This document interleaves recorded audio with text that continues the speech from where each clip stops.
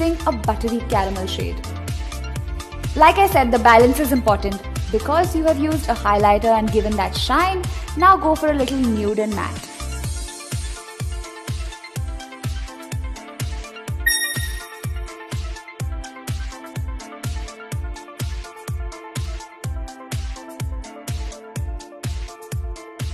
Makeup ready!